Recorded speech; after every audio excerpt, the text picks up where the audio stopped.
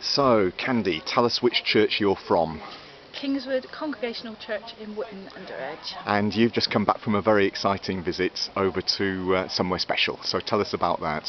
We, as part of the mission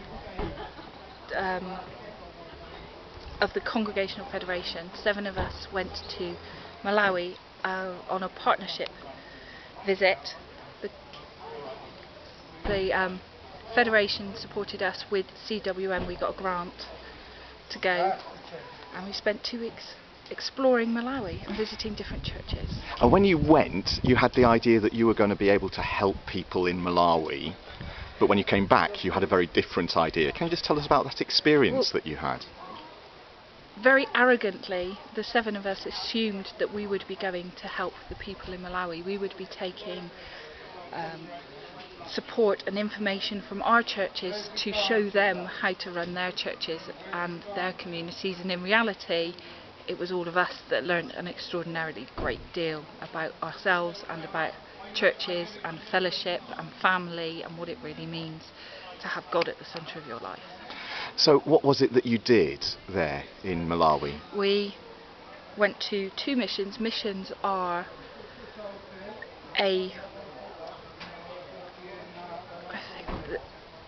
churches basically and schools.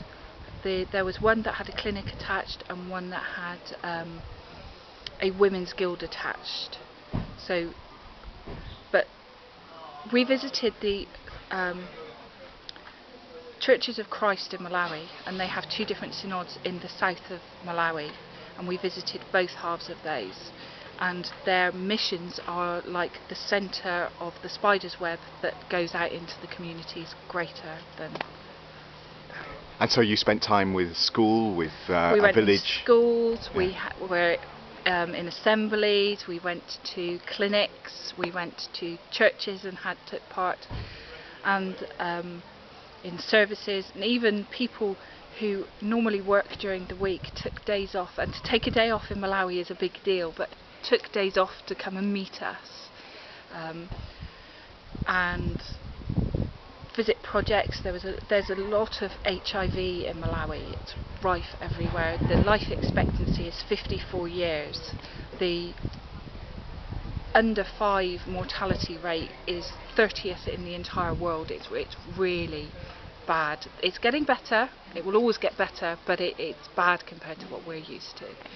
And they don't sit around and complain about life expectancy or mortality of their children. They have big families. They grieve every child they lose, and what's the right word? Praise God for every child that lives. Yes, right. But they're a very active, proactive nation. If they see a problem, they fix it. So they have projects to support women with HIV. They've got they're developing projects to grow trees to cope with the erosion, because they use trees for fuel, for charcoal. So they're replanting more trees because they saw a problem there. They need school uniforms for the children whose parents have died from HIV. They're making them. The orphaned children get absorbed into other people's families. That it's just the way it is, you know. Somebody needs a family absorbs a child. They don't have a lot, but what they do have, they share amongst themselves. We went to a project of women with HIV who have dug 3 huge, great big 5-metre square ponds to farm fish. And when asked, well, how do you divide it up, and is there a problem with people having too much and whatever, and it's like, well, no, we share and we all eat together, so there's not a problem. That's the way they are. They don't think about anything they do from a selfish perspective. It's all about how the next person benefits from what they do. What should we be thinking of in our prayers when we remember Malawi? The things that I pray about, I went into churches in Blantyre and Soche and Zumba and the people I know, they want to know that we are praying for them. Acknowledging the people in Malawi and letting them know. We've got a newsletter that the 7 of us are putting together. So if anybody's got a message that they want to put in the newsletter, the round robin we're sending, please send it to us. Brilliant.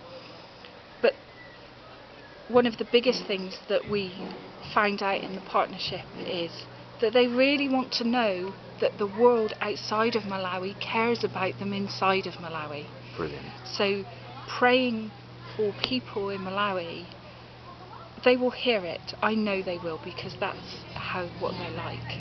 Wonderful. And what one thing do you take as a real inspiration from that partnership visit?